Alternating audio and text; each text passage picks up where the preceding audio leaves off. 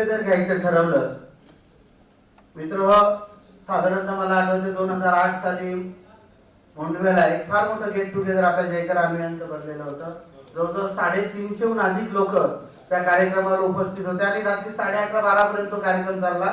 त्या कार्यक्रमात काही सहभागी झालेले आपले ज्येष्ठ मार्गदर्शक आपले जयकर चांदवाई आज या ठिकाणी उपस्थित आहेत. तो कार्यक्रम अतिशय दिव्य स्वरूपाचा आणि अतिशय लक्षात राहील अशा प्रकारचा तो झाला होता. मधल्या काळामध्ये जवळजवळ 10-12 वर्षांच्या काळामध्ये पुन्हा तशा प्रकारचा एकही मेळावा आयोजित केला गेला नाही. दरम्यान गेल्या वर्षी कृष्णा, बसवंत आणि आम्ही काही 4-6 मित्र इथे एकत्र आलो आणि हा विचार पुन्हा एकदा मनामध्ये रुजला की आपले जे काही जयकरचे जुने अनुयायी आहेत, जुने जे काही मित्र आहेत, या सगळ्यांना पाचारण करावं, त्यांना परत एकदा या विद्येच्या प्रांगणात बोलवावं आणि आपल्या सगळ्यांच्या अनुभवांचं कथन त्या निमित्तानं आपल्या सगळ्यांपुढे करावं. आपले मित्र आज महाराष्ट्राच्या सगळ्या कानाकोपऱ्यात विविध जबाबदाऱ्या निभावत आहेत. आपल्यासाठी ती अभिमानाची गोष्ट आहे. बऱ्याच वेळा काय होतं की आपला एखादा मित्र मोठा झाल्यानंतर त्याच्या कामाची दखल जर कोणी घेत नसेल तर त्याला त्याचा कुठेतरी मनामध्ये दिसल त्या मित्राच्या असते. आणि म्हणून आजच्या कार्यक्रमाच्या निमित्तानं संपूर्ण महाराष्ट्रभरातील अजूनही काही लोक या ठिकाणी येणार आहेत. ही जी आपली मित्रमंडळी संपूर्ण महाराष्ट्रभर आपल्या कार्याची ओळख त्या ठिकाणी करत आहेत, त्यांच्या कामाचा ठसा उमटवत आहेत. हा ठसा आणखी कुठेतरी गडद व्हावा, आपणच आपल्या मित्राच्या पाठीवर शाबासकीची थाप आज या कार्यक्रमाच्या निमित्तानं द्यावी, हा एक छोटासा हेतू ठेवून आम्ही हा छोटासा आजचा स्नेह मेळाव्याचा कार्यक्रम आयोजित केलेला आहे. मी पुन्हा एकदा या ठिकाणी सावित्रीबाई फुले पुणे विद्यापीठाच्या या विद्येच्या प्रांगणामध्ये आपणा सर्वांचं या ठिकाणी मनपूर्वक स्वागत करतो. आणि या ठिकाणी आजच्या कार्यक्रमाच्या निमित्तानं मी आपल्यामध्ये आपलेच जे काही सहकारी मोठे होऊन पुढे गेलेले आहेत त्यांना विनंती करतो, आदरणीय आजच्या कार्यक्रमाच्या निमित्तानं जे प्रमुख पाहुणे म्हणून आपण व्यासपीठावर ज्यांना विनंती करतो आहोत, असे आमच्या अगदी अलीकडच्या जयकरच्या अनुयायांची जर आपण मागोवा घेतला तर सुरुवातीच्या फळीतले काही लोक आता रिटायर झालेले आहेत. जवळजवळ 10-12 ग्रुप आणि हजारो विद्यार्थी या सगळ्या ग्रुपमध्ये आपल्याला दिसतील. परंतु अगदी अलीकडच्या काळामध्ये ज्यांनी आपल्या कामाच्या माध्यमातून संपूर्ण महाराष्ट्रभर ठसांनी उमटवला असे काही मित्र आम्ही या कार्यक्रमाच्या निमित्तानं त्यांना व्यासपीठावरती आज प्रमुख पाहुण्यांचा सन्मान देऊ इच्छितो. त्याच्यामध्ये मी विनंती करतो की आमचे मित्र विक्रम कदम यांना मी विनंती करतो की त्यांनी व्यासपीठावर यायचं आहे. त्याचबरोबर बाळासाहेब नागवे IRS मुंबई त्यांना मी या ठिकाणी विनंती करतो की त्यांनी या ठिकाणी व्यासपीठावर यायचं आहे.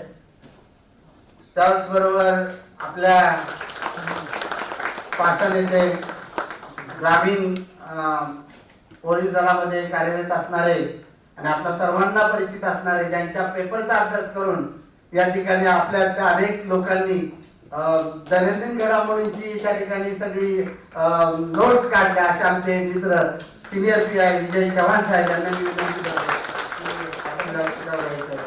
त्याचबरोबर आपल्या सगळ्यांना अभिमानाची गोष्ट वाटेल अशी अलीकडच्या काळामध्ये आमचे मित्र आदरणीय डॉक्टर गणेश भामे यांच्यासाठी आपण सर्वजण टाळ्या वाजवूयात. जे आपले जयकरचे अनुयायी आहेत, परंतु अलीकडेच आता त्यांची सावित्रीबाई फुले पुणे विद्यापीठाच्या राष्ट्रीय सेवा योजनेच्या संचालकपदी डायरेक्टरपदी त्यांची निवड झालेली आहे. आणि खऱ्या अर्थानं राष्ट्रीय सेवा योजनेच्या माध्यमातून या 3 जिल्ह्यांमध्ये त्यांचं नाव, त्यांचं काम गाजणार आहे याविषयी कुठली शंका नाही. मी त्यांना विनंती करतो की आपण या ठिकाणी व्यासपीठावर विराजमान व्हायचं आहे. त्याचबरोबर या ठिकाणी सूरज कुसळे हे देखील आलेले आहेत, त्यांना देखील मी विनंती करतो की आपण देखील या ठिकाणी याचे सचिन खोमणे साहेब मंत्रालयामध्ये कार्यरत आहेत, आपण देखील या ठिकाणी व्यासपीठावर यायचं. मित्र, खरं तर आपल्यातून मोठी झालेली अशी बरीच मोठी माणसं आहेत. व्यासपीठाच्या काही मर्यादा आहेत, त्यामुळे आपण निवडक लोकांना फक्त इथे बसण्याची संधी देतो आहोत. आपण सर्वजण समजून घ्याल अशा अपेक्षेने मी आपल्या सर्वांचं पुन्हा एकदा मनपूर्वक स्वागत करतो. आणि या ठिकाणी आपल्या छोट्याशा कार्यक्रमाची सुरुवात आपण आदरणीय सावित्री माता, आपण प्रत्येक कार्यक्रमाची सुरुवात विद्यापीठाच्या विद्यापीठ गीताने करत असतो.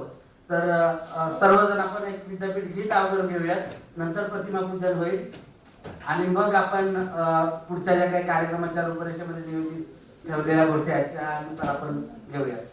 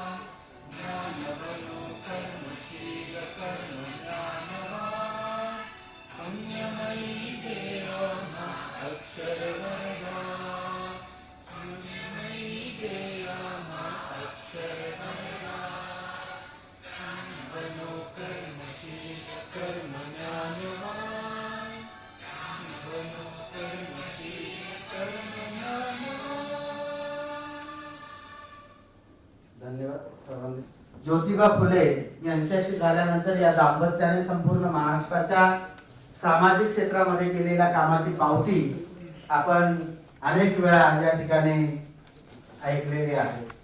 संपूर्ण महाराष्ट्रामध्ये स्त्री शिक्षणाच्या पाया जर कुणी खऱ्या अर्थाने घातला असेल तर त्यामध्ये फुले दाम्पत्य अग्रभागी होतं. नवे नवे तर त्यांनीच ही महाराष्ट्रात स्त्रियांच्या शिक्षणाची सुरुवात केल्याचं आपल्याला दिसतंय.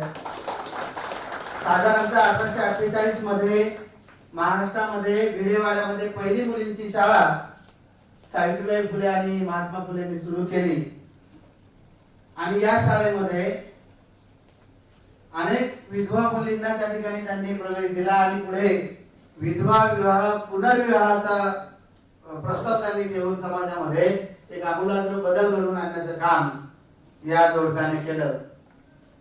समाजामध्ये समानता असली पाहिजे, समाजातील सर्व जातीतल्या लोकांना समान न्याय मिळाला पाहिजे, ते तत्व उराशी बाळगून सर्वांना शिक्षण मिळालं पाहिजे, ते ब्रीदांगी स्वीकारून त्यांनी आपलं आयुष्य त्या ठिकाणी संपूर्ण महाराष्ट्रासाठी खर्च केलं. असे फुले दाम्पत्य. त्यातल्याच आदरणीय सावित्रीबाई ज्योती फुले यांच्या नावाने हे विद्यापीठ आज आपण आपल्या कार्यक्रमातील आयोजक म्हणून महत्वाची भूमिका बजावलेला आपला कृष्णा कुडक याला विनंती करतो की या छोट्याखानी कार्यक्रमाचं प्रास्ताविक करण्याची जबाबदारी सरांनी माझ्यावर दिली. तर या कार्यक्रमासंदर्भामध्ये प्रस्तावना करायचं जर म्हटलं तर मागच्या वर्षी देखील आपण कार्यक्रम केला होता 28 जुलै 2024 मध्ये. तर त्यामध्ये ज्यावेळेस सुरू केला त्यावेळेला कदाचित प्रतिसाद मिळेल का नाही मिळेल हा खूप मोठा प्रश्न होता. पण मात्र मागच्या वेळेस ज्यावेळेस आपण हा कार्यक्रम केला त्याच्यामध्ये जवळजवळ 87 जणांनी नोंदणी केली आणि जवळजवळ 97 ते 100 जण आले आपल्या जेकर मित्र परिवारातले. तर त्याच्यामुळे प्रतिसाद चांगला मिळाला त्यावेळेला. प्रत्येक जण व्यस्त आहे त्याच्यामुळे आपल्याला काही तो करता नाही आला. पण लास्टला नोव्हेंबर आणि डिसेंबर हातामध्ये होता. तर आता ह्या वर्षाचा जर आपण गॅप केला असता की कदाचित आता वेळाभावी नाही झाला तर मात्र ती जी काय परंपरा होती मागच्या वर्षी सुरू केलेली ती ब्रेक झाली असती. म्हणून मग आपल्याकडे 2च महिने होते की नोव्हेंबर आणि डिसेंबर. आता डिसेंबर मधले जर आपण पाहिलं तर डिसेंबर मध्ये देखील आपले जेवढे मित्र आहेत सगळे ग्रुप मधले तर ते वेगवेगळे पदावर अधिकारी आहेत. महसूल मध्ये असतील, पोलीस मध्ये असतील किंवा वेगवेगळ्या डिपार्टमेंट मध्ये आहेत. तर त्या अनुषंगाने पुढच्या डिसेंबरच्या पहिल्या आठवड्यामध्ये जर घ्यायचं म्हटलं तर हिवाळी अधिवेशन होतं. ते देखील अडचण होते कारण प्रत्येक डिपार्टमेंट मधले एंगेज आणि मंत्रालयामधले सगळे व्यस्त होते. त्यानंतर आपण याचा पण विचार करत होतो 30 नोव्हेंबरचा.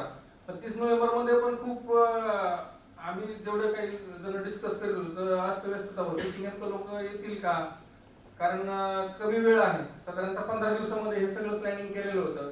म्हणजे 15 दिवसात प्लॅनिंग करायचं होतं. कदाचित 7 तारखेचा पण एक ऑप्शन होता आपल्याकडे आणि आपण वीकडेज मध्ये वीकेंडलाच घ्यायचं आहे, शनिवार किंवा रविवार. कारण आलेले आहे तेवढं पण अपेक्षा नव्हती आणि ग्रुपमध्ये तशी नोंदणी बरीच झाली. प्रत्येकाची इच्छा आहे की यायचं आहे पण मात्र काही ना काहीतरी कारण असतं. आणि दुसरी गोष्ट हे शॉर्ट पिरियड मध्ये आपण अरेंज झालेलं होतं. तर त्याच्यामुळं ह्या सगळ्या गोष्टी झाल्या तरी देखील प्रतिसाद चांगला मिळाला आहे.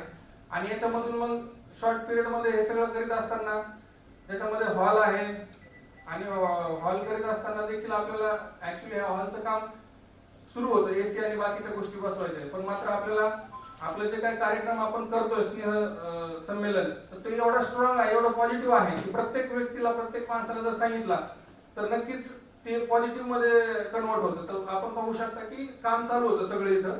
पण मात्र ढोले सरांना म्हटलं विभाग प्रमुखांना की असं आहे आणि म्हणजे 2 दिवसापूर्वी की सर आम्हाला रविवारी कार्यक्रम करायचा. तर त्यांनी विचार केला, आम्ही इथं आलो होतो त्यावेळेला पूर्ण सगळं राडा होता इथं.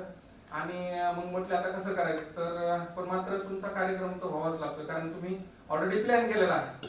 तर म्हणून मग त्यांनी बाकीच्या सगळ्या कामगारांना सांगितलं की ठीक आहे हे आजच्या दिवस काम थांबवून तुम्ही यांना अवेलेबल करून द्या. आणि त्यांनी मग एक 10 ते 20 मिनिटांमध्ये ते डिसिजन घेऊन हॉल देखील अवेलेबल करून दिला. जसा हॉल अवेलेबल झाला कॉन्फिडन्स आला. कारण का की नामदेव सभागृह देखील 2 महिने एंगेज आहे, त्याचं काम सुरू आहे. दुसरे सभागृह पिसिरे तो देखील एंगेज होता. त्यानंतर जे 2-3 हॉल आहेत तर त्यांचे देखील ऑलरेडी आधीच बुकिंग करीत असल्यामुळे आपल्याला अवेलेबल नव्हता. तर खूप मोठा प्रश्न होता. आणि जसं हा हॉल कन्फर्म झाला तर आपल्याला कॉन्फिडन्स आला. मग तिथून पुढे मागच्या 2-4 दिवसामध्ये ह्या सगळ्या गोष्टी केल्या. जेवणाचं नियोजन असेल, त्याच्यानंतर हॉल आहे आणि बाकी अजून काही गेस्ट हाऊस असेल किंवा बाकीच्या गोष्टी. तर हे एकदम फास्ट झालं. तर असं करीत असताना सगळ्यांनी मिळून आणि सगळ्यात महत्वाचं म्हणजे की जो ग्रुप मधला वेगवेगळ्या ग्रुपचा जो प्रतिसाद मिळाला तो अत्यंत वाखाणण्याजोगा होता. त्याच्यामुळं हा कार्यक्रम घडून आला. आणि अशा स्वरूपाने मी प्रस्तावना स्थापतो. धन्यवाद. धन्यवाद कृष्णा. यानंतर खरं तर कार्यक्रमामध्ये औपचारिकता पाळली जावी असा एक प्रघात असतो. परंतु हा सगळा कार्यक्रम आपल्यासाठी असल्यामुळं अध्यक्षांची निवड प्रास्ताविकानंतर करतोय आपण. खरं तर आपण सगळेजण सांभाळून घ्याल. आजच्या कार्यक्रमाचं अध्यक्षस्थान आपल्यातूनच मोठे झालेले आणि आपले मित्र IRS बाळासाहेब लागवे सरांना मी विनंती करतो की त्यांनी या कार्यक्रमाचं अध्यक्षस्थान बसवायचं. प्रमुख अतिथी म्हणून आपण ज्यांना या कार्यक्रमाच्या निमित्तानं बोलवलेलं आहेत आणि आमच्या मिनी जयकरचा हनुमान लायब्ररी, कदाचित आपल्यातील काही ज्येष्ठ सिनियर्स आपल्या लेकरांना माहीत नसेल, परंतु हनुमान लायब्ररीचा अभिमान म्हणून आम्ही ज्यांच्याकडे नेहमी बघायचो, मित्रभाषी आमचे मित्र विक्रम कदम जे आता DYSP आहेत, तर त्यांना प्रमुख अतिथी म्हणून मी या कार्यक्रमाच्या निमित्तानं त्यांचं नाव या ठिकाणी सुचवतो. ही सगळीच मंडळी अतिशय तोला मोलाची आहेत, आपल्यासाठी अभिमानाचं स्थान असणारे आहेत. पुन्हा एकदा या ठिकाणी मुख्य कार्यक्रमाकडे वळूयात आपण. आजच्या कार्यक्रमाच्या निमित्तानं या ठिकाणी विजय कोठावळे सर देखील उपस्थित आहेत. मी त्यांना विनंती करतो की त्यांनी या ठिकाणी मंचावर विराजमान व्हायचं आहे. विजयजी कोठावळे सर, आदरणीय विजयजी कोठावळे सर, आपण व्यासपीठावरती. आजच्या कार्यक्रमाच्या निमित्तानं आमच्या मिनी जयकर मधील अनेक आमचे मित्र उपस्थित आहेत. त्याच्यामध्ये देवमन बच्चाव आहेत, विष्णू फडे आहेत, अमर पवार आहेत, एक्साइज ऑफिसर.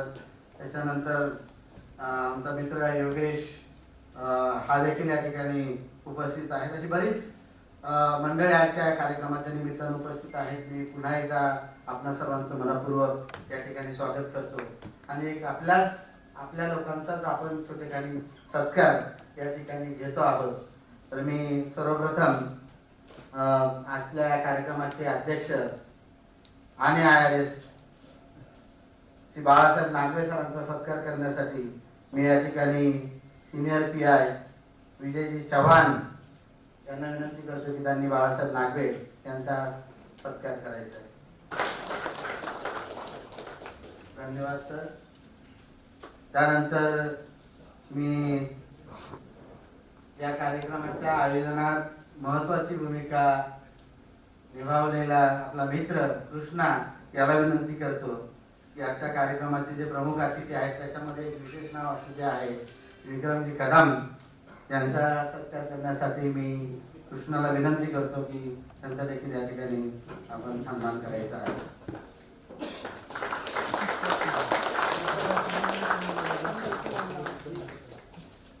संचालकपदी म्हणून नियुक्ती झालेली आहे असे आमचे मित्र डॉक्टर गणेश भामे यांचा देखील या ठिकाणी आपण सन्मान करतो आहोत. मी त्या ठिकाणी आमचे विद्यापीठातील सहकारी बसवंत यांना विनंती करतो की बसवंत आपण डॉक्टर गणेश भामे सरांचा या ठिकाणी सन्मान करायचा आहे.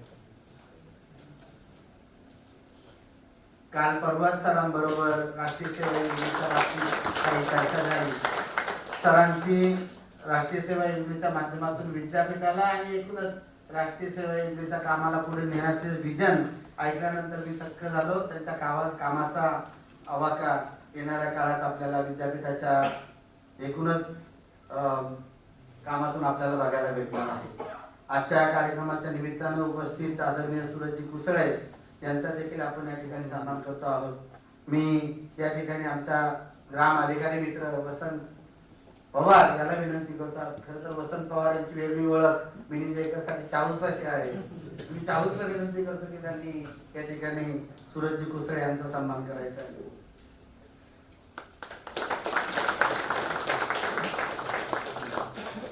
यानंतर या कार्यक्रमाच्या निमित्तानं उपस्थित आदरणीय मित्र मंत्रालयामध्ये कार्यरत असणारे आमचे मित्र सचिनजी कोमणे त्यांचा सन्मान करण्यासाठी मी आपले समाज कल्याण अधिकारी साबळे सर यांना विनंती करतो की आपण त्यांचा या ठिकाणी सन्मान करायचा आहे. दिनेशजी साबळे.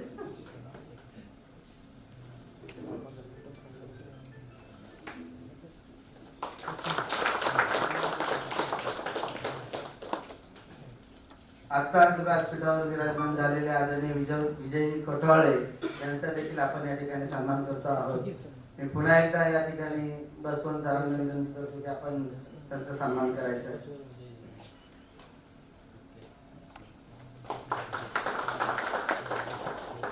अनेक वर्ष 2000 सालापर्यंत त्यांनी नियमित वर्तमानपत्र देण्याची सेवा दिली आणि त्या वर्तमानपत्रांचा अभ्यास करून आपल्यातलीच कितीतरी मंडळी पुढे मोठी झाली. असे विजय चव्हाण सर यांचा सन्मान या ठिकाणी करण्यासाठी मी विनंती करतो आपले अविनाश जवळकर साहेब यांना विनंती करतो की त्यांनी त्यांचा या ठिकाणी सन्मान. यानंतर मित्र सर्वांचा सन्मान करणं व्यासपीठावरती शक्य नाही आणि म्हणून आपण आपण या ठिकाणी आपल्यातील काही प्रतिनिधी आपल्या जागेवर येतील आणि आपलं स्वागत करतील. तर मी कृष्णा, वसंत पवार, बसवंत यांना सगळ्यांना विनंती करतो की आपले जे सहकारी ते व्यासपीठासमोर बसलेले आहेत, आपण सर्वांनी त्यांचा सन्मान करावा. या ठिकाणी गुलाब पुष्प देऊन आपण प्रत्येकाचं या ठिकाणी स्वागत करणार आहोत. आजच्या या कार्यक्रमाच्या निमित्तानं काही डबेवाल्यांना देखील आपण निमंत्रित केलेलं आहे. काही ऑनवे आहेत, त्यांचा देखील आपण सन्मान करणार आहोत, कारण त्यांच्या डब्यांनी आपल्याला खऱ्या अर्थाने इथे ऊर्जा दिली. त्या हातांचा देखील मला वाटतं सन्मान होणं गरजेचं आहे आणि म्हणून काही डब्यावाल्या मित्रांना देखील आपण या ठिकाणी बोलवलेलं आहे. काही वेळात ते इथे दाखल होतील, त्यांचा देखील आपण सन्मान करणार आहोत. आपल्यातले काही मित्र तर मला आठवतंय की अनेक लोक या ठिकाणी अनेकांच्या ताटामध्ये शेअर करून जेवलेले आहेत. काही ताट शेअर केलेले आहेत, काही डबे शेअर केलेले आहेत, काही गावाकडून आणलेल्या चपात्या 2-2, 3-3 दिवस तशाच ठेवून त्याच्याबरोबर ती काय बोलतो आपण काळ्या तिळाची चटणी त्या मंडळी आठवणीचा उजाळा आज प्रत्येकाच्या मनोगतातून गतातून इथे व्यक्त होणारच आहे. आपल्या सगळ्यांना बळ दिलं असे डबेवाले उपस्थित सर्वांचं पुन्हा एकदा मी मनपूर्वक स्वागत करतो. आपलं हे प्रेम आहे.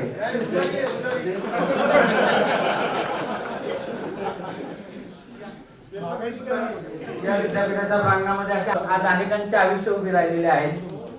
अशातली काही व्यक्तिमत्व या ठिकाणी सिनियर मंडळींपैकी देखील उपस्थित आहेत. सगळ्यांचीच नावं माहिती नसल्यामुळे सगळ्यांचे या ठिकाणी स्वागत. यानंतर आपण मनोगती सुरू करू. नावं सगळ्यांचीच माझ्याकडे आलेली नाहीत, पण उत्स्फूर्तपणे आपण त्याच्यामध्ये पुढे येऊन आपापली मनोगत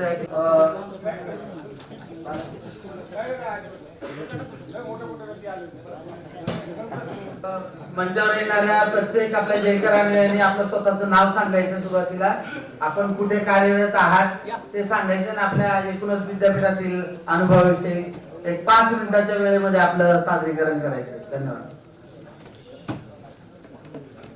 सर्वांना नमस्कार. माझं नाव दशरथ असलेल्या माझ्या मित्रांनो, जयकरचा मेळावा होणार आहे असं जेव्हा ग्रुपला ऐकलं तेव्हा मनामध्ये एक उकळी फुटली की चला आपण आपल्या सगळ्या जुन्या मित्रांना भेटलं पाहिजे. कारण ज्या दिवसांनी आपल्याला घडवलं आणि ते घडणं झालं म्हणून आपण घडलो आणि आज कुठेतरी सरकारी खात्यामध्ये नोकरीला आहोत. बऱ्यापैकी आपलं आयुष्य स्थिर झालेलं आहे. जर आपण जयकरला आलो नसतो तर आपण कुठे असतो? सकाळी आल्यानंतर विजू सरांची माझी चर्चा झाली. त्या चर्चेने असा निष्कर्ष निघाला, जर आपण जयकरला आलो नसतो तर आपण असतो का नसतो हा पण संशोधनाचा भाग आहे. मित्र हो, मी जयकरला आलो स्पर्धा परीक्षेच्या अभ्यासासाठी. काहीच नव्हतं खिशामध्ये. मित्रांच्या बरोबर शेअरिंग मध्ये जेवायचो, मित्रांचे पुस्तकं वाचायचो आणि मित्रत्व हेच माझं जगण्याचं साधन होतं. बाळासाहेब सोनवणे आले नाही, मराठीचे प्राध्यापक. त्यांच्याकडे मी विचारणा केली की रिफॅक्टरीच्या त्रिभुवन सरांना सांगा माझ्या संदर्भात कमीत कमी थोडं काम मला रिफॅक्टरी मध्ये मिळालं तर माझा जेवणाचा प्रश्न तरी सुटेल. अशा अत्यंत खडतर परिस्थितीमध्ये मी जयकरला अभ्यास केला. एमपीएससी ला काही सिलेक्शन झालं नाही, परंतु नगरच्या जिल्हा परिषदेमध्ये सिलेक्शन झालं आणि जगण्याचा मार्ग माझा खुला झाला. माझ्या फॅमिलीला आणि माझ्या मुलींना मला क्वालिटीचं एज्युकेशन देता आलं. आज मोठी मुलगी दिल्लीमध्ये UPSC चा अभ्यास करत आहे. दृष्टी IAS ला बारकी एंट्रन्स क्वालिफाईड होऊन गेली आहे. आणि छोटी मुलगी माझी आता नॅशनल लॉ युनिव्हर्सिटी क्लॅटची तयारी करत आहे. मित्र हो, मला सांगू द्या, की जयकर आपल्याला कसं मदत करतं. जेव्हा मुलीला घेऊन मी दिल्लीला चाललो होतो आणि राहण्याची कुठंच व्यवस्था नव्हती, प्रदीप दिकोंडाला अमरावतीला फोन केला की पोरगी माझी बार्टी एंट्रन्स क्वालिफाईड झाली, दिल्लीला तिला घेऊन चाललो, माझी मिसेस माझ्या बरोबर आहे, तर तुम्हाला काय काळजी करू नको, आपले जितेंद्र वाघ आहेत, राज्यपालांचे ओएसडी आहेत, त्यांना मी फोन करतो. त्यांना फोन केला, त्यांचा नंबर पण मला दिला. मी जितू सरांशी बोललो, म्हणजे काळजी करू नको, तुला 4-5 वाजेपर्यंत राज्यपालांचं राजभवनचं पत्र येईल. मला व्हॉट्सअपला 7-7:30 पत्र आलं की राज्यपालांचे गेस्ट म्हणून महाराष्ट्र सदनमध्ये तुमची राहण्याची व्यवस्था. मित्र हो, आम्ही दिल्लीला गेलो, दिल्लीत उतरून महाराष्ट्र सदनला गेलो, ते पत्र दाखवलं आणि त्या रजिस्टरला एंट्री केली. आम्ही राज्यपालाचे गेस्ट म्हणून महाराष्ट्र सदनमध्ये तिथं नाव नोंदणी केली. 4 दिवस आम्ही राज्यपालांचे पाहुणे म्हणून जितू सरांच्या त्या पत्रामुळे दिल्लीमध्ये आहे. ही जयकरची ताकद आहे. आज सर्व मित्रांना भेटून मला आनंद झाला. माझा एक जुना मित्र सुभाष जगताप वाडे बोलायचा, तर तो मला 4-5 वाजता चहाची वेळ झाली का असं खांद्यावर असा हात ठेवायचा आणि मग गोल मार्केटला मी चहाला जायचो. माझ्या खिशात रुपये नसायचा, तो 2 रुपयाचा चहा घ्यायचा गोल मार्केटला, अर्धा मी प्यायचा आणि परत वाचायचा. आता त्याचा नंबर कुठून मिळायचा? तो वाघोलीला आपले जयकरचे तलाठी भाऊसाहेब आहेत, गोकुळ भगत, त्यांनी हात वर केला. ते वाघोलीचे तलाठी आहेत, परंतु त्यांचे मित्र वाडे बोलायला त्यांच्या गावाला तलाठी आहे. त्यांनी त्यांना फोन केला, त्यांनी जगताप म्हणून त्यांच्या गावातले त्यांना फोन केला आणि त्या सुभाष जगतापला बोलवून घेतलं आणि त्यांच्याबरोबर आता 10 मिनिटापूर्वी फोनवर बोलतो, अनेक वर्षातून, आणि तो आता कार्यक्रमाला येणार. ही जयकर मित्र हो, जयकरमुळं माझं आयुष्य समृद्ध झालं. तुमच्या सर्व मित्रांनी मला सहकार्य केलं.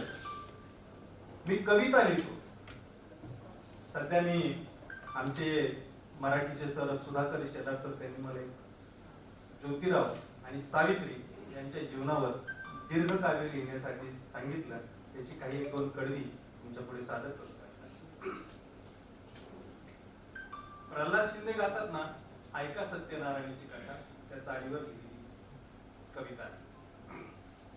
सत्य धर्म संहिता, सत्य हेच वंदिता, सत्य हेच वंदिता, ऐका सत्य शोधकाची सत्य कथा, ही ऐका सत्य शोधकाची सत्य कथा. साताऱ्याच्या कटगुण गावाचे होते घराणे गोरी नावाचे, पुण्यामध्ये केली फुलांची शेती, फुले आडनाव झाले रे भवती. 1827 सालाला 11 एप्रिल तारखेला ज्योतिरावांचा जन्म झालेला, किती आनंद फुले घराण्याला. गोविंदराव नाव होते बापाचे, चिमणाबाई नाव होते आईचे, बालपणी छत्र गेले आईचे, आत्याने छत्र दिले मायेचे. सगुणा आत्यालई हुशार, घरी मिशनरीच्या कामावर, त्यांच्या मुलांना सांभाळत होती, बरोबर घेऊन या बाळजोती.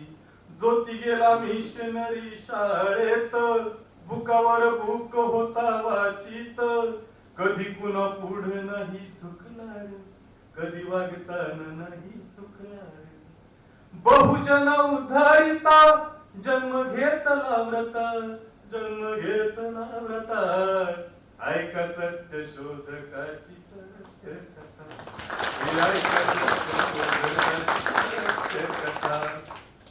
चातुर्वर्णाची उतरंड होती, जाती भेदाची चालरीत होती, शिकण्याची सोय काय नव्हती, भट बामनाचा राज होता. सखाराम नावे ब्राह्मण मित्रान, त्यानं दिलं लग्नाचं अवतान, म्हणून या ज्योती गेले लग्नाला, जाऊन या चाले त्या वरातीला. पाहून या भट ज्योतिरावाला, भटाचा राग लई चढलेला, चालताव शूद्र बोले ज्योतीला, सांगतो काय प्रकार घडलेला. अरे कोण भाट म्हणून ओरडले, विटाळली वरात म्हणून संतापले, अपमान करून हाकलले, खाऊ किती ज्योतिबान सोसले. ज्योती रागान लई तापला, साऱ्या काळ जात जाळ पेटलेला, तावा तावान घरी आलेला, सारा वृत्तांत घरी सांगितला. थॉमस पेन हक्क काय सांगितले, माझ्या हक्काचे तिथे काय झाले, मशाल क्रांतीची उरी पेटलेली, अशी कहाणी सारी घडलेली. ज्योतिराव पेटता, क्रांती घडली तो आता, क्रांती घडली तो आता. ऐका सत्य शोधकाची सत्य कथा, ही ऐका सत्य शोधकाची सत्य कथा. सगुणा बोले भाऊ गोविंदा, ज्योतीचं लग्न करूया औंदा. खंडोजी नेवसे पाटील नायकावचे, सावित्री नाव त्यांच्या लेकीचे. सोहळा पार पडला थाटान, आली सावित्री घरी मानान. जोडी शोभून काय दिसतीया, फुले वाड्याला शोभालिया. सावित्री बोले ज्योतिरावाला, मला ही शिकवण वाचायला. बोलते सावित्रीचे ऐकून, ज्योतिराव गेले मनी हर्षून. ज्योतिराव सावित्रीला घेऊन, मिचलबाईंच्या शाळेत नेऊन. ओळख ज्ञानाची तिथं झालेली, सावित्री लई हिमतीनं चालली. स्त्री शिक्षणाची ही कथा सुरू झाली रे आता, सुरू झाली रे आता. ऐका सत्य शोधकाची सत्य कथा, ही ऐका सत्य शोधकाची सत्य कथा. 1848 सालाला काय घडलं या भिडे वाड्याला. मुलींची शाळा सुरू झालेली, सावित्री शिकवाया झालेली. वस्ताद लहुजी आणि रानोजी सांगत होते त्या पुण्यामध्ये, ज्योतिरावांनी शाळा काढली ना, पोरा पोरींना शाळेत पाठवान. म्हणून काय दिवल स्मृतीत आहे का आज तुमच्या ध्यानात. जर का स्त्री विद्या शिकली तर धर्म बुडेल पाप होईल तर. शाळेच्या वाटेवर सावित्री भटबामन तिला अडवी ती. शेण चिखल दगड गोटे मारली, तरी नाही सावित्री घाबरली. किती वाट अडविता, थांबत नाही मी आता, थांबत नाही मी आता. ऐका सत्य शोधकाची सत्य कथा, ही ऐका सत्य शोधकाची सत्य कथा. सावित्री माईच्या शाळेत साळवे मुक्ता होती शिकत. घेऊनी ज्ञान ते यथा सांग, जाणले दुःख असण्याचे मांग. घेऊनी ज्ञान ते यथा सांग, फेडण्या पूर्वजांचा तो पांग. लिहिला दुःखावरी निबंध, झाली कीर्ती जगी सबंध. मांग महाराजच्या दुःखाचे मूळ, दडले होते ब्राह्मणी कुळ. आद्य दलित लेखिका, मिळे जगी मान्यता, मिळे जगी मान्यता. ऐका सत्य शोधकाची सत्य कथा. सत्य धर्म संहिता, सत्य हेच वंदिता, सत्य हेच वंदिता. ऐका सत्य शोधकाची सत्य कथा, ऐका सत्य शोधकाची. धन्यवाद दशरथ शिंदे सर. सोसून अनंत यातना शिकवलेस तू स्त्रियांना. सोसून अनंत यातना शिकवलेस तू स्त्रियांना. धन्य होतो आम्ही थोरवी तुझी गाताना. असंच काहीच थोरवी आदरणीय दसरा शिंदे सरांनी क्रांतीज्योती सावित्रीबाई फुले आणि महात्मा ज्योतिबा फुले यांची गायलेली आहे. तर मनपूर्वक धन्यवाद. साबळे सर या. मी आदरणीय कोठावले सरांना विनंती करतो की त्यांनी आपलं मनोगत या ठिकाणी व्यक्त करायचे. नमस्कार मित्रांनो. बरेच चेहरे बघितल्यानंतर त्यावेळेसचा तो क्षण आठवतो. मी परत म्हणजे मी जयकर ग्रंथालयात अभ्यासाला बसायचो नाही, पण डब्याची वेळ झाली असेल तर मग आम्ही कुठेतरी गार्डनमध्ये बसून अभ्यासाची वेळ संपल्यानंतर, जेवणाची वेळ झाल्यानंतर डबे द्यायला यायचे. त्यावेळेस प्रत्येकाशी संपर्क, काही वेळेस हॉस्टेलचा अनुभव. आता आमच्या वेळेस आमच्या गावचे बंटी मराठे म्हणून होते, मला माहिती आहे हरीश मराठे, तर त्यांनी मला रूम मिळवून दिला होता ॲज अ पॅरासाईट. आम्ही एकाच गावचे, साखरीचे.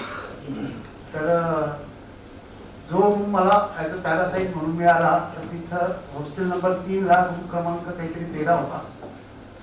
त्या रूम मध्ये जो विद्यार्थी होता, ज्याला तो रूम अलॉट झाला होता, तो स्पेस सायन्सचा अभ्यास करायचा. त्याचं कॉलेज डिपार्टमेंट हे रात्री असायचं आणि दिवसभर आमचं लॉ डिपार्टमेंट, मी लॉ डिपार्टमेंटला असताना मला तो रूम अलॉट झाला ॲज अ पॅरासाईट. तो मुलगा कलकत्त्याचा होता, तो ऐकत नव्हता. मी एकदा त्याला विचारायला गेलो, रात्री आपली सगळी धुळ्याची गँग त्यांना समजवून आपल्या भाषेत मला त्याने अलाउड केलं पॅरासाईट. त्याला मी कधी दिवसभर त्रास दिला नाही, कारण की मी दिवसभर बाहेर राहायचो. मी जेव्हा रूमवर राहायचो तेव्हा तो त्याच्या डिपार्टमेंटला चालला जायचा, आणि जेव्हा तो सकाळी 8-9 वाजता यायचा तोपर्यंत तर आम्ही रूम सोडून द्यायचो. म्हणजे त्याची माझी भेट फक्त रविवारी व्हायची, आणि रविवारी आपला सर्वांचा कार्यक्रम रिसेप्टरी बंद असल्यामुळे आपण असं रूमवर बनवायचो. त्यावेळेस ते मला आठवतो क्षण की दरवेळी सर्वेक्टर असताना 3 नंबर हॉस्टेलमध्ये असा प्रकार घडला होता आणि आपल्या शेगड्या त्यांनी उचलून नेल्या होत्या. तर तो पुन्हा की आता काय करायचं. तर बरेच मित्र त्यावेळेस माझे भरपूर सिनियर मित्र होते, पण आता बऱ्याच वर्षानंतर चेहरा आपण रिमाइंड नाही करू शकत, नावं प्रत्येकाची नाही माहिती. पण मी सहज काल एका ग्रुपवर बघितलं की जयकर ग्रंथालयाचा स्नेह मेळावा आहे. मी आवर्जून पत्रिका डाउनलोड करून दिनेश सरांना फोन केला की म्हटलं नेमकं कोणत्या बॅचचा आहे हा स्नेह मेळावा. दिनेश सर म्हटलं की नाही सर, असं आपण काही बॅच वगैरे नाही केलेली आहे, पण म्हटलं मग आता कसं की आयडेंटिफाय कसं करायचं की आपण कोणत्या वेळेत होतो. तर माझं जो जन्म म्हणजे टाइम होता तो 2000 ते 2002 पर्यंत मी जयकर म्हणजे डिपार्टमेंटला होतो, लॉ डिपार्टमेंटला. योगायोगाने 2 वर्ष पूर्ण झाल्यानंतर मी धुळे येथे 4 वर्ष व्हाईस प्रिन्सिपल म्हणून काम केलं आंबेडकर विधी महाविद्यालयात. त्याच्यानंतर लग्नासाठी अट होती की धुळ्यात सेटल व्हायचं नाही, पुण्यात सेटल व्हायचं असेल तर मग मुली होकारते. आमच्या समाजामध्ये तशी फार वाईट परिस्थिती आहे. वकिलांना तर आजही मुली देत नाही, ही रियालिटी आहे. मग मी धुळ्याला 4 वर्ष प्राध्यापक असताना त्यावेळेस अशी मनात खूप हे होतं की अरे 4 वर्ष आपल्याला अनुभव आहे, पुण्याला आपल्याला कुठेही मिळून जाईल. म्हणून मी लग्नासाठी होतं म्हटलो, बायकोला सांगितलंय की ठीक आपण पुण्यात सेटल होऊ. सुरुवातीला मी 6 महिने आधीच धुळ्याचं सर्व सामान आवरून गावी गेलो साखरीला. 6 महिने मी आधी आलो आणि रेंज हिल्सला आमचे मित्र राहायचे, त्यांच्या इथे राहिलो. पुण्याचे सर्व लॉ कॉलेजेसमध्ये ऍप्लिकेशन दिले, पण मला काही तिथे कोणी उजारा दिला नाही, का की मी वेबसाईट नव्हतो. पुण्याला धुळ्याला जी सर्व्हिस केली होती ती कंत्राटी पद्धतीने 8,000 रुपये महिन्याने केली असल्यामुळे ते 4 वर्ष शासनाने दिलं, नंतर ते काही कंटिन्यू झालं नाही. योगायोगाने मग मी 2-3 लॉ फर्म्सला इंटरव्ह्यू दिला, परंतु तिथेही मला काही मिळालं नाही. मग प्रॅक्टिस सुरू करायची म्हणून मी पाषाण रोडचं एक ऑफिस गाठलं, ते कन्व्हिन्सिंगची प्रॅक्टिस करायचे. माझं LLM आणि LLM झालेला, जिथे त्या ऑफिसमध्ये ड्रायव्हरला 15,000 पगार होता आणि मला 4,000 रुपये पगाराने तिथे नोकरी मिळाली. सकाळी 9 वाजता जायचं ऑफिसला, तिथून कोर्टात जायचं, 10 ते 5 कोर्ट करायचं. कोर्टात आटोपलं की 8 वाजेपर्यंत ऑफिसमध्ये थांबायचं.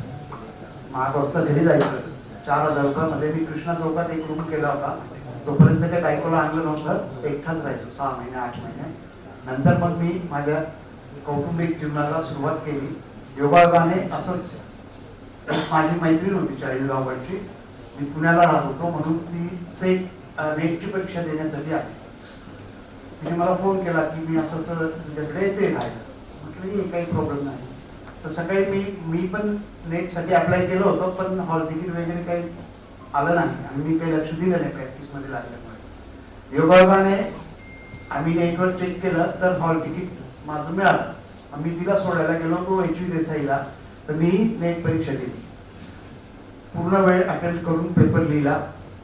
नंतर 1-2 महिन्यानंतर मला तिचा फोन आला, म्हटली की रिझल्ट लागला आहे, तू त्या विद्यापीठ अनुदानाच्या ऑफिसमध्ये जाऊन चेक कर. मी विद्यापीठ अनुदानाच्या ऑफिसमध्ये गेलो. सायंकाळी 6-6:30 वाजता तिथे त्यांनी बाहेर लावलं होतं. तर माझा 4 डिजिट नंबर होता, सीट नंबर. मी चेक केला तर तिथे झेरॉक्स 2658 असं होतं आणि ऍक्च्युली माझा नंबर होता 5868. मला वाटतं थोड्याकरता हुकलं जाऊ दे. मी तिला फोन करून सांगितलं की तुम्ही पास झाली नाही, मी पास झालो नाही. मीनवाईल मी प्रॅक्टिस करत असतानाच 2007 मध्ये जुलै 2006 ची परीक्षा आणि 2007 मध्ये मला घरून फोन आला गावाहून. मी त्यावेळेस इथे वकिलांकडे प्रॅक्टिस करत होतो. त्यांनी मला सांगितलं की तुझं असं असं नेटचं काहीतरी आलेलं आहे. मी त्यांना म्हटलं एक काम कर, आमचे सर होते जे आम्हाला शिकवायला होते, त्यांच्याकडे जाऊन त्यांना दाखव आणि मग ते मला सांगतील म्हटलं की काय आहे. तर योगायोगाने ते माझं नेटचं मार्कशीट होतं की मी नेट पास झालो 2007 मध्ये. मी ताबडतोब माझ्या भावाला सांगितलं की बाबा तू मला ते फॅक्स कर. त्याने त्या वकिलाच्या ऑफिसमध्ये फॅक्स केलं. मी त्याची कॉपी घेतली. योगायोगाने ऑफिसमधून परत येत असतानाच आमच्या डिपार्टमेंटच्या पलांडे मॅडम ज्या पुणे विद्यापीठात क्वार्टर्सला राहायच्या, मी त्यांच्याकडे गेलो. ते म्हटले की अरे मोरेश्वर एक काम कर, 13 तारखेला AK खान महाविद्यालयाच्या एडेड कॉलेज आहे, त्यांचे इंटरव्ह्यू आहे. मी 13 तारखेला इंटरव्ह्यूला गेलो आणि त्यासाठी नेट सेट असताना म्हणजे नेटचं माझं सर्टिफिकेट आलंच होतं जुलै 2006चं. आणि त्यावेळेस कसं होतं की सिलेक्शन कमिटीमध्ये जवळजवळ पुणे विद्यापीठात जे सहयोगी प्राध्यापक किंवा प्राध्यापक होते तेच पॅनलवर असायचे.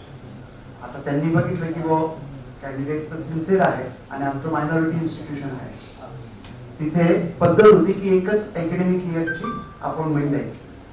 पण जे पॅनलवर आले होते त्यांनी सांगितलं की आम्ही तुम्हाला कॅन्डिडेट देतो, पण तुम्हाला प्रोबेशनची ऑर्डर त्यांना द्यावी लागेल. तर 39 विद्यार्थी नेट सेट क्वालिफाईड होते. त्याच्यात माझं मेरिटवर मायनॉरिटी इन्स्टिट्यूट मध्ये सिलेक्शन झालं आणि आजपर्यंत मी तिथेच आहे. 20 वर्ष पूर्ण झाली. योगायोगाने पुणे विद्यापीठातच मी अभ्यास मंडळावर हे माझं दुसरी टर्म आहे, मेंबर म्हणून काम करतो आहे. आणि आता पुढची 5 वर्ष फॅकल्टी म्हणून पुणे विद्यापीठाच्या ह्युमॅनिटी लॉ फॅकल्टीमध्ये फॅकल्टी म्हणून काम करतो आहे. तर मित्रांनो जास्त वेळ घेत नाही, अजून बऱ्याच जणांचं मनोगत बाकी आहे. तर मला तुमच्या सोबत आजचा दिवस वावरण्याचा संधी आयोजकांनी दिली त्याबद्दल मी धन्यवाद. आणि निश्चितच आता प्रत्येकाच्या ग्रुपमध्ये नंबर घेऊन ओळख होईल आणि पुढे प्रत्येकाला आता लॉचं काही असेल तर कोणीही. आता दशरथ सरांच्या मुलीने क्लॅटला मला आनंद वाटला की खरंच लॉ आजच्या स्टेजला म्हणजे आजच्या दिवसांमध्ये लॉ खूप स्कोप वाढलेला आहे. आमच्या वेळेस जेव्हा आम्ही लॉ केलं तर कुठंच ऍडमिशन नाही मिळायचं, तर लॉला ऍडमिशन घ्यायचं अशी त्यावेळेस संकल्पना होती. पण आता मित्रांनो तसं नाही आहे. मी तर म्हणेल आवर्जून घरात प्रत्येकाने एकाने तरी लॉ केलं पाहिजे. अजून माझे वरिष्ठ आहेत ते बोलतीलच. धन्यवाद. धन्यवाद कोटावते सर. बाबा शासन व्यवस्था म्हणजे काय हो? दररोज शिस्तीचा भाग म्हणून पेपर वाचणारा बंडा एक दिवस त्याच्या बाबांकडे जातो आणि बाबांना म्हणतो बाबा बाबा शासन व्यवस्था म्हणजे काय हो? तेव्हा त्याचे बाबा त्याला जवळ घेतात आणि म्हणतात हे बघ बंड्या, मी घरात कमावून आणतो, मी म्हणजे या देशाचा भांडवलदार. तुझी आई ते स्वैर मार्गाने खर्च करते ती म्हणजे या देशाची लोकशाही. आपल्या घरातली जी मोलकरीण आहे ती म्हणजे या देशाची कामगार. तू म्हणजे या देशाचा सामान्य नागरिक आणि तुझा छोटा भाऊ म्हणजे या देशाची भावी पिढी. समजलं? काहीसा न समजलेला अवस्थेत बंड्या आपल्या रूमकडे जातो. बंड्याला रात्री अचानक जाग येते. ती बंड्याच्या छोट्या भावाने बिछाना ओला केलेला असतो म्हणून बंड्या आपला मोर्चा आपल्या आईच्या रूमकडे वळवतो. आईला काहीसा आवाज देऊन देखील आई उठत नाही. हे बघितल्यानंतर बंड्या आपला मोर्चा आपल्या मोलकरणीच्या रूमकडे वळवतो. परंतु दुर्दैवाने बंड्याचे बाबा आपल्या मोलकर्णीच्या रूम मध्ये दिसतात. बंड्या तसाच निराश पावलांनी येतो आणि झोपी जातो.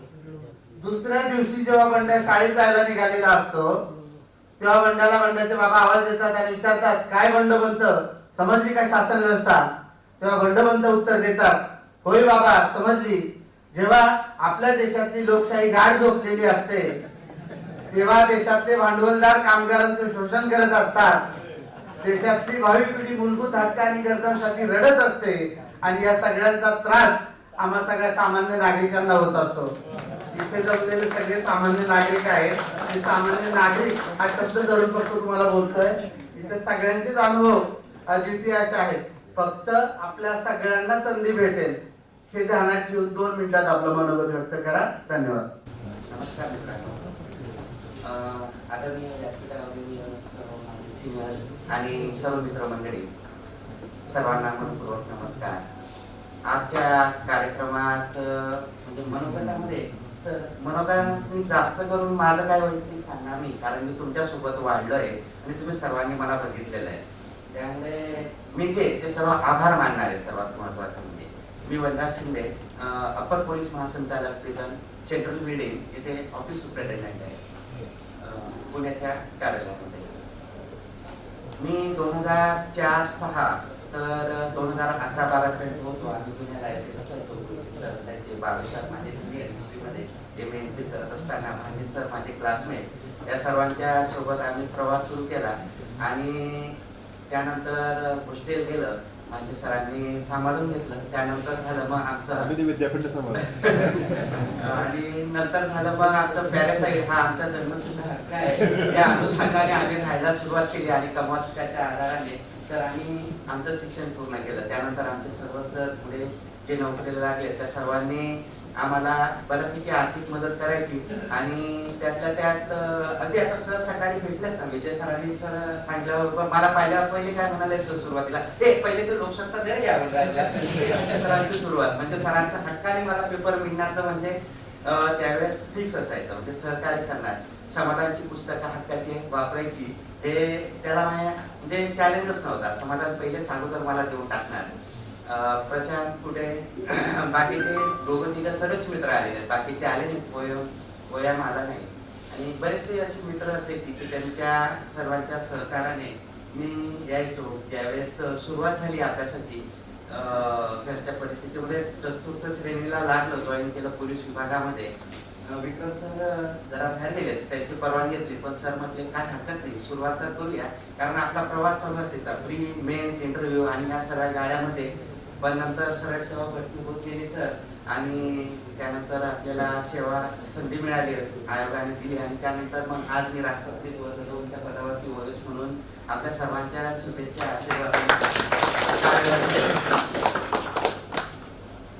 आपल्या सर्वांच्या शुभेच्छा. अशाच आपल्या जर अजून कोणी असतील सर, आपले जे कोणी नवीन गरीब विद्यार्थी शिकणारे असतील तर आपण सर्वांना अशाच पद्धतीने थोडंसं असं हेल्प ग्रुप करता येईल आपल्याला आणि गरजूंना पण आपल्याला जर कोणाला आवश्यक असेल तर आपण 100% त्यांच्यासाठी मदत करता येईल सर. जसं की आपण ग्रासरूट लेवलवरून आलो होतो, आम्हाला इतकं म्हणजे कुठेही नव्हती सर, आता आलेली सरांचंही आम्हाला म्हणजे खूप मोठं मार्गदर्शन होतं. कोळेकर सर अगदी मुलाखतीला वगैरे सर नेहमी आम्ही त्यांच्याकडे येऊन थांबायचो आणि 22 सर आमचे अगदी हक्काचं व्यासपीठ होतं सरांचं. म्हणजे अगदी सरांनी CEC ला UPSCच्या वेळेला वगैरे अगदी नेहमीच आम्हाला मदत केलेली होती आणि त्यामुळे आज आपण ह्या स्तरापर्यंत येऊन पोचलो आहोत.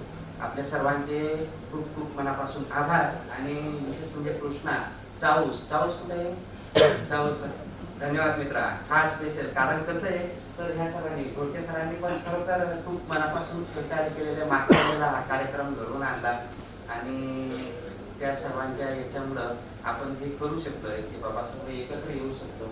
त्यामुळे आपल्या सर्वांचे खूप खूप मनापासून आभार आणि पुन्हा आपण असंच दरवर्षी कार्यक्रमाचं आयोजन करत राहू. आणि सर आणि मी जोपर्यंत इथे पुण्यात तर 100% तुमच्या सोबत आहे आणि त्यामुळे असंच कार्यक्रम होत राहावा अशी धन्यवाद सर. आपण अतिशय स्तुत्य अशी सूचना मांडली आहे. नक्कीच आपण सर्वजण त्यांच्या सूचनेचा विचार करूयात आणि इथं काही जी गरीब मुलं आहेत आता जी स्पर्धा परीक्षा करतात त्यांच्यासाठी जर आपल्याला काही करता आलं, आपले आदरणीय भामे सर इथं आहेत, त्यांच्या मार्गदर्शनाखाली नक्कीच आपण काहीतरी करण्याचा प्रयत्न करूया. इतर अभ्यासिकेतला आमचा मित्र दीपक जाधव याला विनंती करतो. दीपक जाधव विषयी मला सांगायला आवडेल.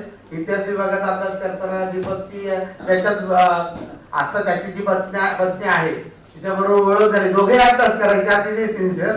त्या जयकरमध्ये जेव्हा केव्हा घुसायचो आम्ही तेव्हा त्या दोघांकडे बघून हायचं वाटायचं. आणि अभिमानाची गोष्ट भांबे सर दोघेही PSI म्हणून सिलेक्शन झालं. पहिलं दीपक मॅडमचं झालं, नंतर दीपकचं झालं आणि आता दोघेही मला वाटतं पुण्यातच आहे ना, दोघेही पुण्यातच सेवारत आहे. तर मनपूर्वक पुन्हा एकदा दीपकचं स्वागत. धन्यवाद सगळ्या मित्रांची मला बोलायची संधी दिली. मी काही अशी तयारी करून आले पण सरांनी अचानक मला बरोबर दाखवलं. पोलीस म्हणून काही बोलायची जास्त गरज पडत नाही, पण जरी काही बोलतो तेवढं समजून घ्या. मी 2008ला MA साठी चालतो पॉलिटिकल सायन्सला. ते दिवस खूप वाईट होते. कमोशिका होती म्हणून मी जगलो किंवा ते कमोशिकात काम करायचं 6 ते 9 आम्ही काम करायचो. नंतर डिपार्टमेंट, नंतर मग इथे आलं कळलं MPSCतलं नियम काय असतो. मग तसंच अभ्यास सुरू केला आणि सरांनी सांगितल्याप्रमाणे चांगली मैत्रीण भेटली. मैत्रीण अशी भेटली, प्रेम सगळे करतात पण शेवटपर्यंत नेण्याची धमक पाहिजे ते आम्ही सुरुवातीला केली. एक छोटासा म्हणजे आमच्या एक लव्ह स्टोरी तिथे म्हटले तसं सांगतो. आम्ही दोघं काही नसताना अगोदर लग्न करून टाकले. काही त्रास नको होते. जेव्हा पण मित्रांनी मदत केली. नंतर ती PSI झाली. लोक म्हणले अरे असं चालत नाही म्हणे, आळंदीचं लग्न कोर्ट मॅरेज करावं लागतं. म्हणून मग आम्ही कोर्ट मॅरेज केलं. ती PSI झाली, नंतर मी PSI झालो. ती म्हणली नाही आता आपल्याला मोठं लग्न करायचं. मोठं लग्न आणि मी जे घडलं फक्त विद्यापीठामुळे घडलं. मी जरी आलो नसतो ना, गावाकडे शेती करीत असतो किंवा कुठेतरी कामाला असतो. 3 लग्न पण झालं असते.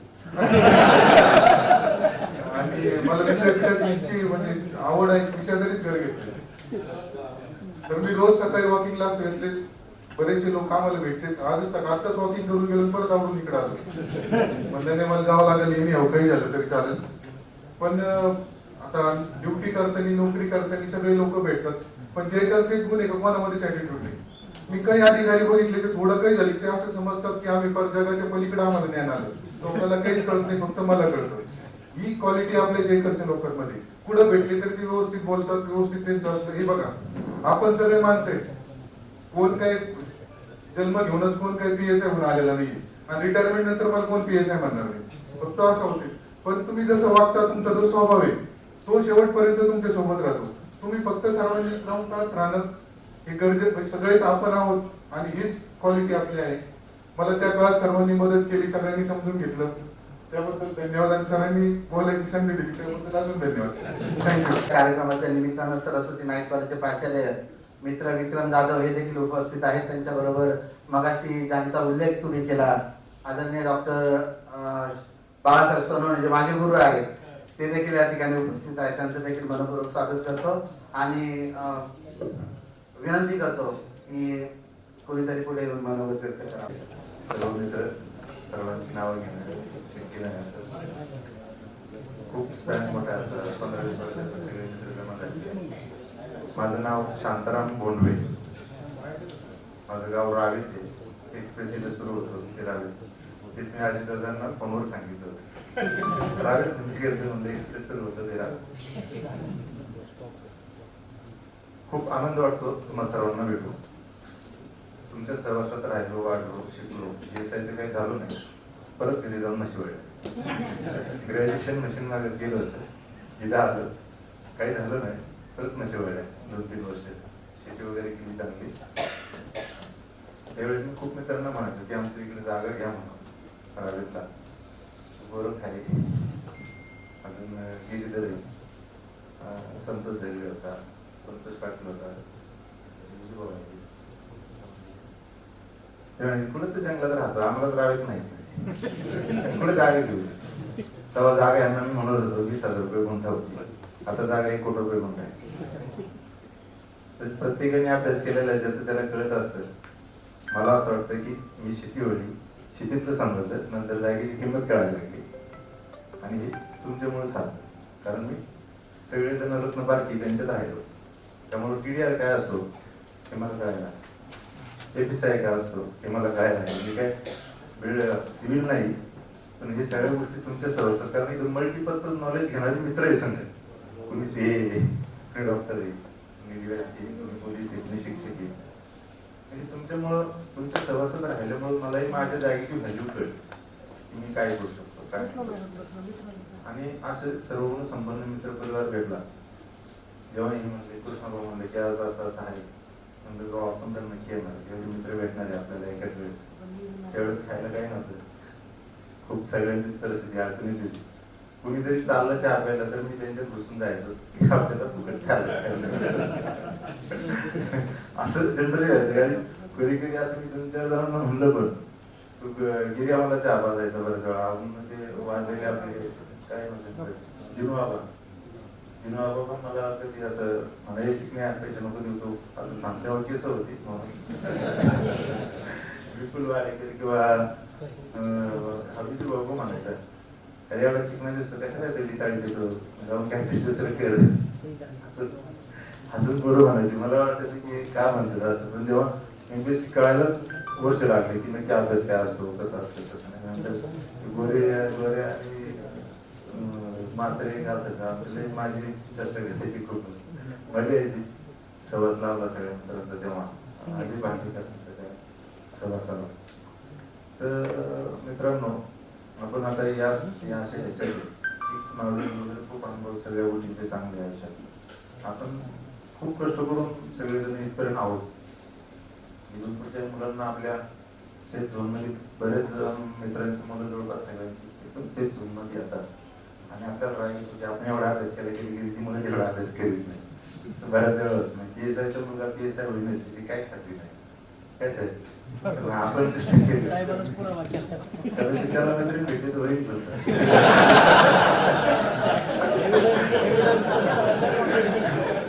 मला असं वाटतं मला एक मैत्रीण भेटली होती पण मी घाबरलो, मी पण PSI झाला असतो. मला वाटतं डायरेक्ट सांगायचं माझं वाटलं नाही, बरोबर होतं तेच बरं होतं.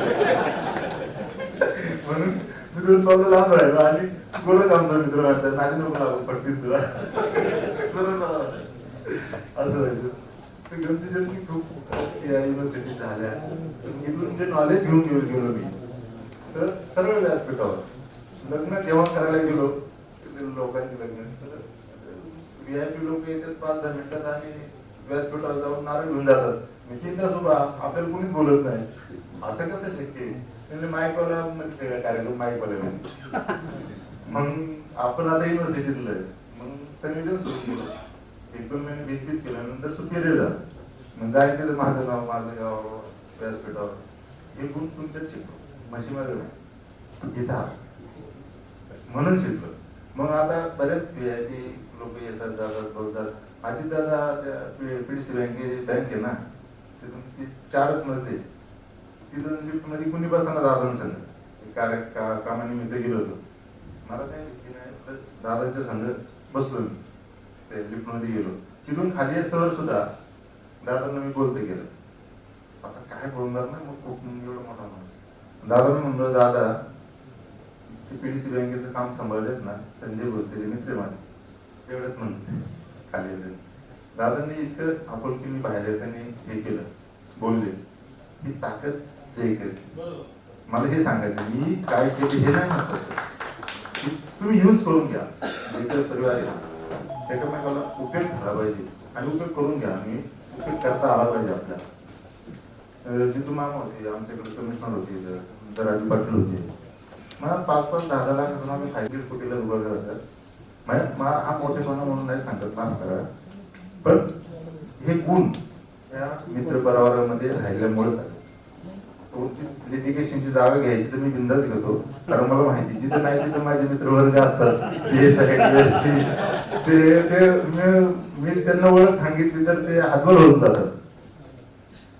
मला काहीच नाही वाटत 2-4 कोटीची जागा लिटिगेशनची घ्यायची असेल तर मी सहज घेऊन 2 कोटी आपण टाकू, आपण पैसे करू. ही ताकद कुणाची? त्यांच्या मित्र परिवाराची. नाही तर पैसे टाकायला माणसं घाबरतात, मी घाबरत नाही. तो काय व्हायचं मी बघून गेलो. वकील पण आहे, तुम्हाला ते याची पण कहाणी माहिती असेल आपली गिऱ्याची. गिरे आता जॉईन झाला परत. हा तर एक माझं मोठेपणा नाही पण रवींद्र अडसुरेंचा मोठेपणा म्हणून सांगतो. आणि त्याचा हा आठवलं म्हणून आता आवर्जूनच सांगतो, थोडं वेळ जाईल पण समजूशकता. गिर्याने माझा फोटो कुठेतरी रवी बरोबर पाहिला, असा हात धरून.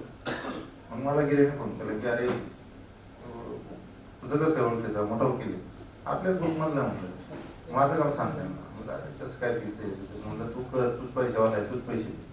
गिरे मला म्हणलं तूच पैशावाला, तूच पैसे दे, माझ्याकडे पैसे नसतात प्रेमाने. बरं म्हटलं. रवीला सगळं सांगितलं, हात जोडलं, म्हटलं कर बाबा, मित्र आहे आपला, अडचणीचा काळ आहे. मग रवीने त्या सगळ्या गोष्टी मागं घेतल्या. विजूभाऊ इधर, विजूभाऊ, राहुल बाणे, अण्णा देवखोडी आणि टोबी भाऊसाहेब बिचारे आपल्यातून गेले. ते अशा 10-12 जणांच्या टीमने गिरधरला खूप मदत केली आणि गिरधर जॉईन झाला. अजून एक वैशिष्ट्य सांगतो रवी भाऊचं आवर्जून. रवी भाऊला आम्ही फाईल वगैरे सगळी दिली, मोठं 4-5 दिवस सेट करून दिले. तर 15-20 दिवसांनी रवी भाऊने मला रात्रीचा फोन केला असा 10-11 वाजता की तुझ्या मित्राच्या सगळ्या गोष्टी मी वाचल्या फाईल व्यवस्थित, 10-12 दिवस झाले वाचतोय मी, पिन आउट करून ठेवल्या. म्हणजे तुझ्या मित्राला मी कामाला लावतो. म्हणजे रवी भाऊ लय अवघड, ते हारला, इथं हारलाय, तिकडे हारण्याचे त्याच्या दिवस. म्हणलं नको काळजी करू, तुला मी फोनच याच्या करता केलाय. तू 100 रुपयाची पैन लावली तरी मी जिंकणार आणि 1 कोटीची लावली तरी मी जिंकणार.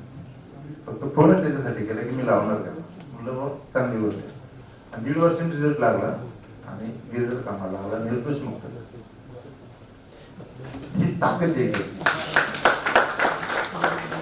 रवी भाऊ तुला म्हणलं पैसे, रवी भाऊला काही नाही, मी मित्रासाठी पैसे वगैरे घेत नाही, आपल्या ग्रुपचे कधीच नाही घेत. नंतर मला कळलं 4-5 कोटी रुपये फी त्याने आजपर्यंत घेतलेली नाही आपल्या बऱ्याच मित्रांची. प्रमोद यादव साहेबांना IPS त्यांनीच केलं, IAS. ते तर माझ्यासमोर झालं सगळं. ते रिटायर्ड झाले होते. रिटायर नंतर कागदपत्र जॉईन करून काहीतरी कोर्टात केलं त्यांनी आणि परत जॉईन झाले, तेव्हा IAS म्हणून जॉईन झाले प्रमोद यादव साहेब. असे 7-7 IAS आपल्या इथं त्यांनी केलेली आणि त्यांची फी कधी घेतली. ही ताकद आहे करची. म्हणून मी लिटिगेशनची जागा घ्यायला भेट नाही. त्यांचे कमी मलबार हिलचं 4,500 कोटीची एक फाईल दिलेली आहे रवी भाऊकडे.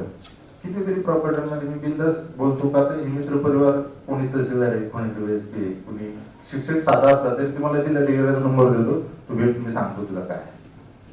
म्हणजे प्रेम, हे विश्वास हा जयकर परिवाराचा आहे. आपण PSI झालो नाही किंवा आपण अधिकारी झालो नाही, पण मला माझी जमीन डेव्हलप करता आली व्यवस्थित आणि आपण नेहमी नशिबानेच पैशावर जातो असं मी म्हणेन. मी काही कमावलं नाही, पण तुमच्या सहवासात राहिले त्याच्यामुळे झाले, नाही ते हे शक्य नव्हतं. हे ज्ञान येणं शक्य नव्हतं. आपण असंच माळावर वळत बसलो असतो. असं माझे प्रेमाचे 2 शब्द सहवास विचार मांडले तुमच्या बरोबर. एक सोन्यासारखी मित्रमंडळी, त्यांचं नाव घेणं पाहिजे आपल्याला. विजू भाऊंनी पण बरं, भांडींनी पण बरं त्यावेळेस आम्हाला कान दाबले, त्यामुळे आम्ही इथे आहे मित्र परिवार. असो, सर्वांचे मनपूर्वक आभार.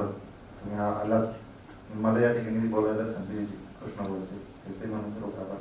धन्यवाद. धन्यवाद सर. यानंतर संपूर्ण महाराष्ट्र राज्याच्या BJPच्या ग्रामपंचायत योजना ज्या राबवल्या जातात त्या सेलचा प्रमुख आमचा मित्र समाधान गायकवाड याला मी विनंती करतो की त्यांनी आपलं म्हणणं त्या ठिकाणी व्यक्त करायचं. बोलू का बसू? सुरुवातच अशी. Okay sir. तर 3 जणांचे 4 जणांचे मी आभार मानतो, ज्यांनी हा योग गेल्या वर्षी आणला, या वर्षी आणलाय आणि पुढच्या वर्षी आणले. त्याच्यामध्ये कृष्णा आपल्या सर्वांचा मित्र, चाऊस, वसंतराव, गोडके सर, बसवंत आणि जे काय प्रत्यक्ष अप्रत्यक्षरित्या आपल्या या विषयामध्ये, या कार्यक्रमाच्या किंवा योजनेमध्ये सहभागी आहेत, त्यांचं पहिल्यांदा मी आभार मानतो. तसा हा एक माजी विद्यार्थी स्नेह मेळावा. तर माजी विद्यार्थी शब्द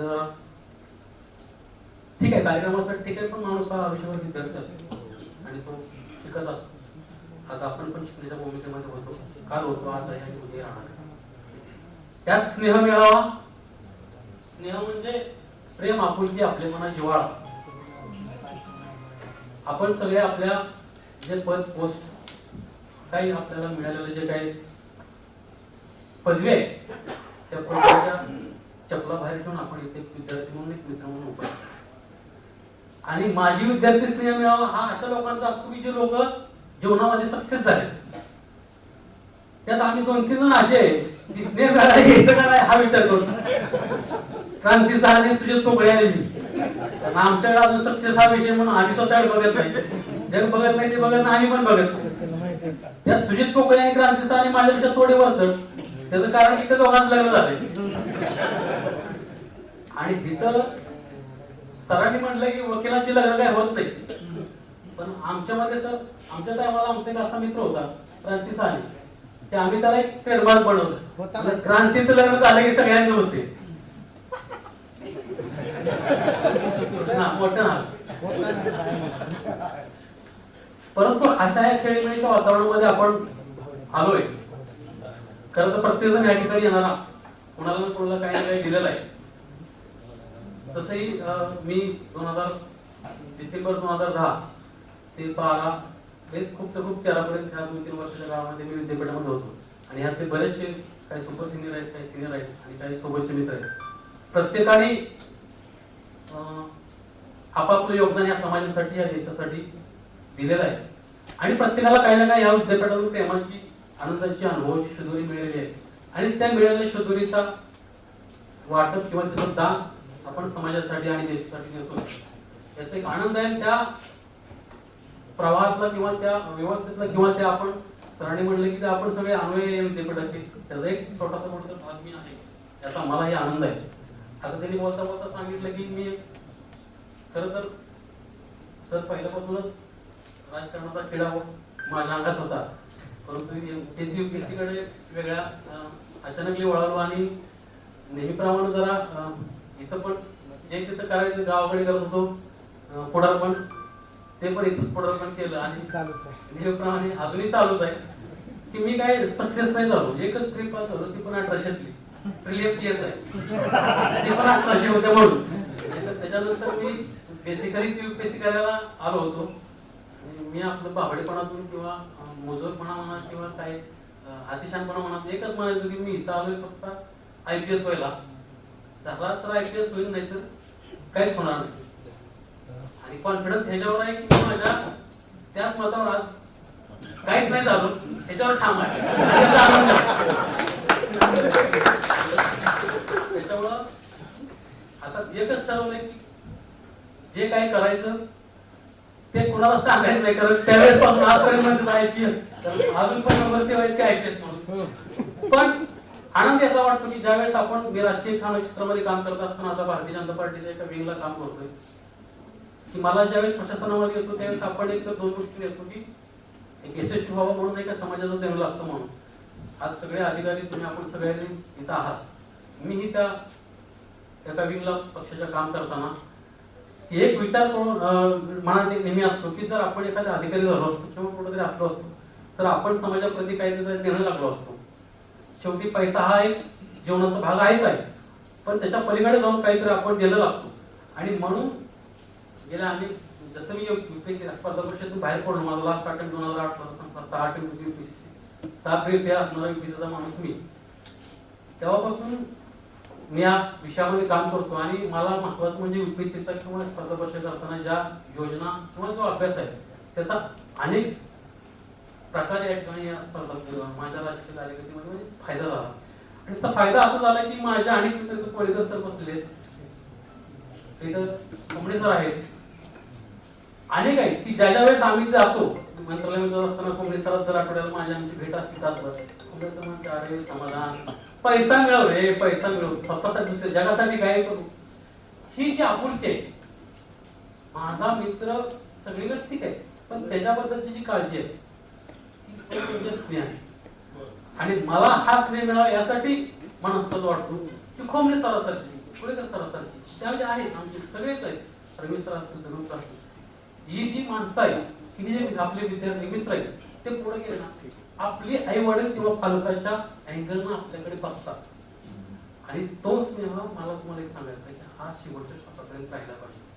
मग अशी दीपक जाधव म्हणलंय PSI हा मी जन्मनातून नव्हतो आणि भेटत आहे त्याच्यामुळे ज्या काय आपल्या पदव्या आहेत 7 वर्षापर्यंत असं काय 8 वर्ष त्या प्रशासनासाठी तुमच्या ऑफिशियल आहे पण शेवटी फायनली ज्यावेळेस विचार करतो त्यावेळेस तुमच्यातला ओळखतो तो माणूस आणि मग ज्यावेळेस आम्ही मित्र तुझ्या भावनेला बघतो मला याचं एक उदाहरण द्यायचं की आलेला तुम्ही सगळ्यांनी म्हणता की तुम्ही क्रांती एका गाडीवर क्रांती कॉन्सेप्टचा मी संघाच्या वेगळा जोडलेलो तुमचं कसं काय जमत नाहीये हे विद्यापीठाचे ज्यावेळेस आम्ही संघर्षाच्या काळामध्ये एकत्र होतो तसं आपण संघर्षाच्या साथी म्हणतो इथं एका दाटात चोरलो आहे एका दाटात राहिलेलो आहे पॅरासाइट हा तर सगळ्यांनी सांगितले आपण 80% पॅरासाइट आहे 20% जे पॅरासाइट नव्हते ते पास झाले नाहीत पॅरासाइट असलेलेच पास झाले हे मला माहिती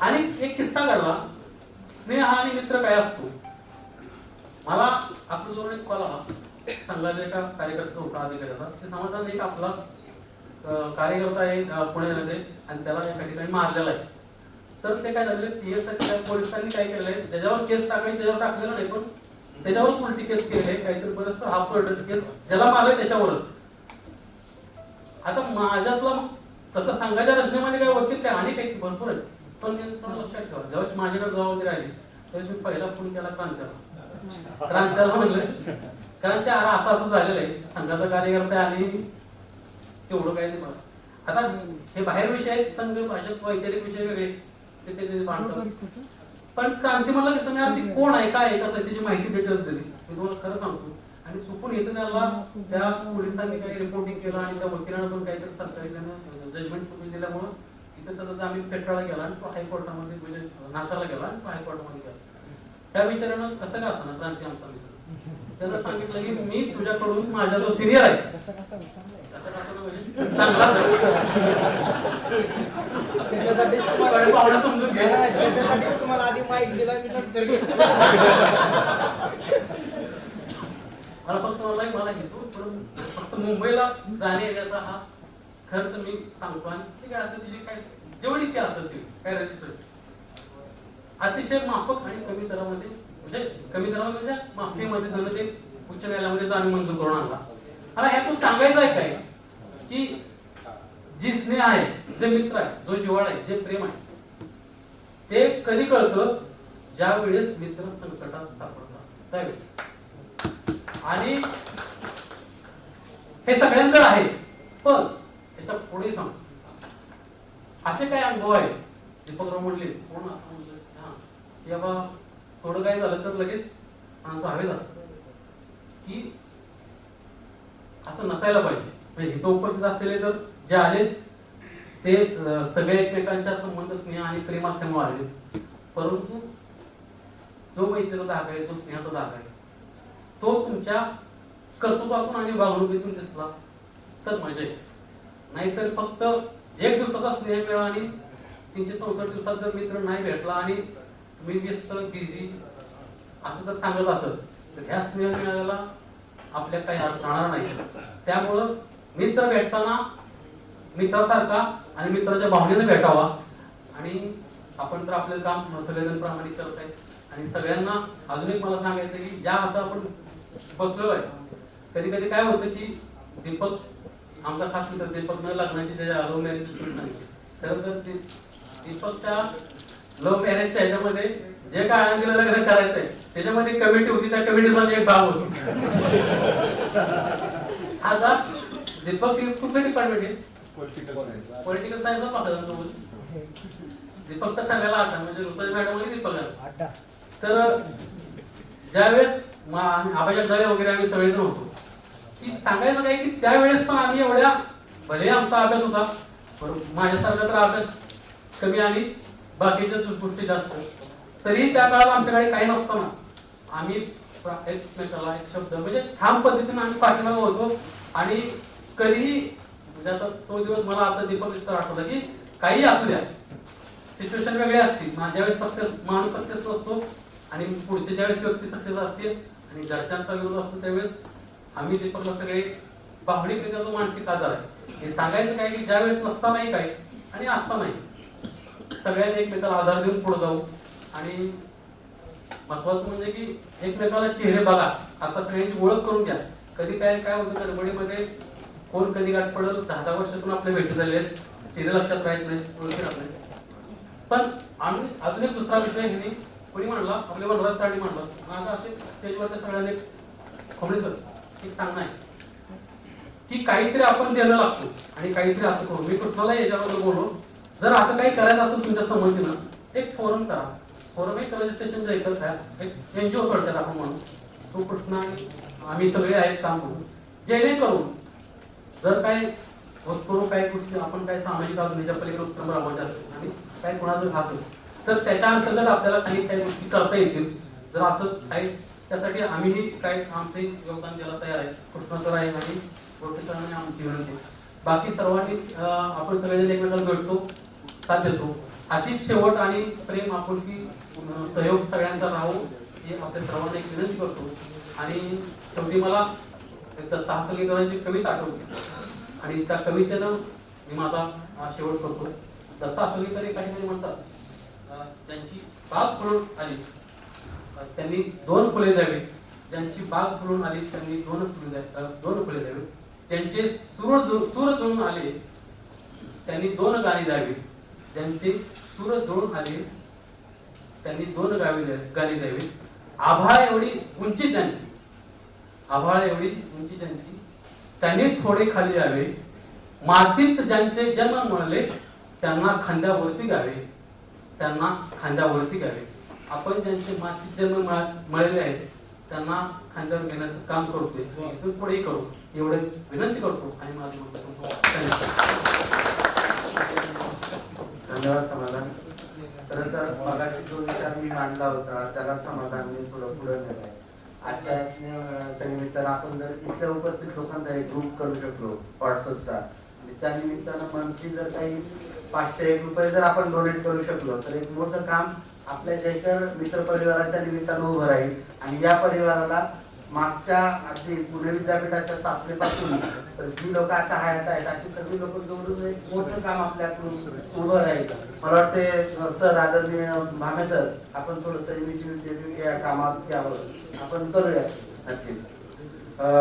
यानंतर मी आपला मित्र क्रांती सहाने याला विनंती करतो की त्यांना आपलं मनोगत व्यक्त करावं. क्रांतीच्या बाबतीत सांगायचं झालं तर क्रांतीने आम्ही सगळेच पुणे विद्यापीठाची पॅरासाईट राहायचो, पण विद्यापीठातले जे काही ज्वलंत प्रश्न असायचे ते विद्यापीठातल्या विभागातल्या विद्यार्थ्यांपेक्षा आम्हाला जास्त पडलेले असायचे आणि आंदोलनात सगळ्यात पुढे आम्ही असायचो. आजही तीच भूमिका घेऊन क्रांती जीवन जगतोय.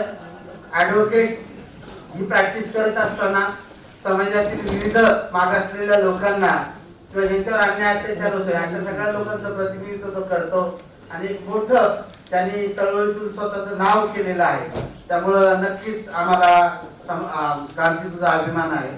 क्रांती.